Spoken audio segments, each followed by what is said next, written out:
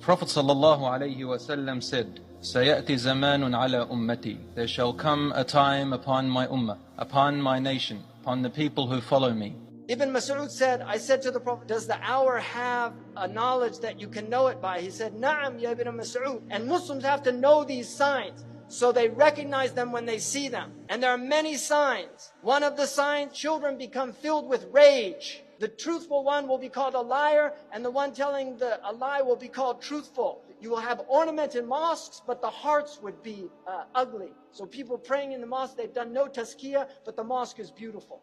The mu'min will be more humiliated than the ugly goat. You will see the destruction of civilization. And the Prophet said, the fitan will be shown to the hearts like a mat. It has two lines, a horizontal and vertical line. This is the TV set. Shaitan is destroying the hearts by showing them the fitan on these films and on TV. When nisa'un kasiyatun ariyat, women that were clothed and naked at the same time.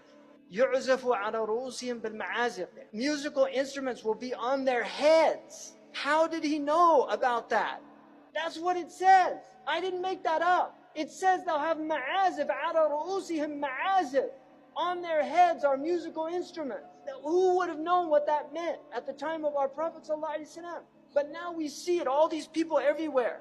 The Prophet ﷺ said, سَيَأْتِ زَمَانٌ عَلَى أُمَّتِي. There shall come a time upon my ummah, upon my nation, upon the people who follow me, upon the people who believe in me. They call themselves Muslims and believers. My ummah, when their prayers are not prayed correctly, and when high buildings spread in every place, when people swear in the name of Allah a lot about everything without fulfilling their oath, people curse each other a lot, bribery and adultery prevails, people neglect the hereafter in order to buy the luxuries of this world in exchange for the hereafter. So people become materialistic. The Prophet ﷺ said, فَإِذَا رَأَيْتَ ذَلِكَ فَالنَّجَاةَ النَّجَاةِ. If you see this happening in your time, then seek refuge, seek refuge. Find a solution to get away from all of this. It's not an easy solution, but you need to stay away from all this.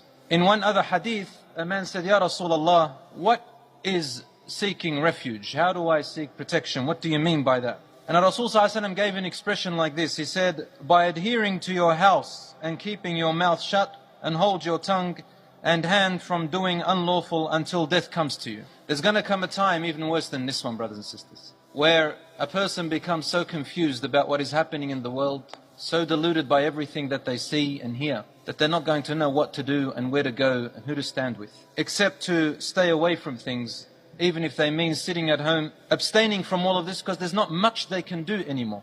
They want to do good, but where do they go? They want to avoid the bad, but it's all the way, all around. I heard a lot of young people say to me now, why does Islam say everything is haram, haram, haram? This is not true. Islam does not say everything is haram. But when there's so much haram around us and corruption, Islam looks like it's forbidden everything.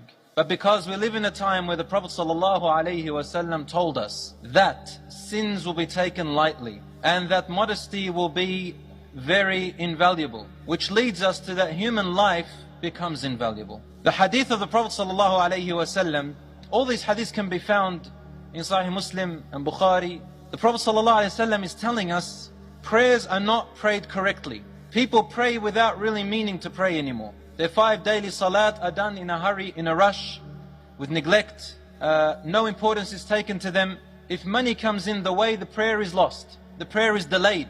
If a boy wants to meet a girl to chat her up and it's time for salat, he'll ignore the salat. If there is something of worldly benefit to them, the salat becomes the last thing on their mind. One brother said to me once, brother, I don't pray Jumu'ah because I work. I said, have you tried to seek time off? He said, no, because Islam says to me that I have to look after my family. The response to that is obvious. If it wasn't for Allah providing you with this family, you wouldn't have a family aslan in the beginning. When you turn away from Allah and become ungrateful to Him and rely on other than Allah subhanahu wa ta'ala, Allah describes this type of family like the family of the spider in the Quran. The family of the spider is very weak, it falls apart, it's not stable.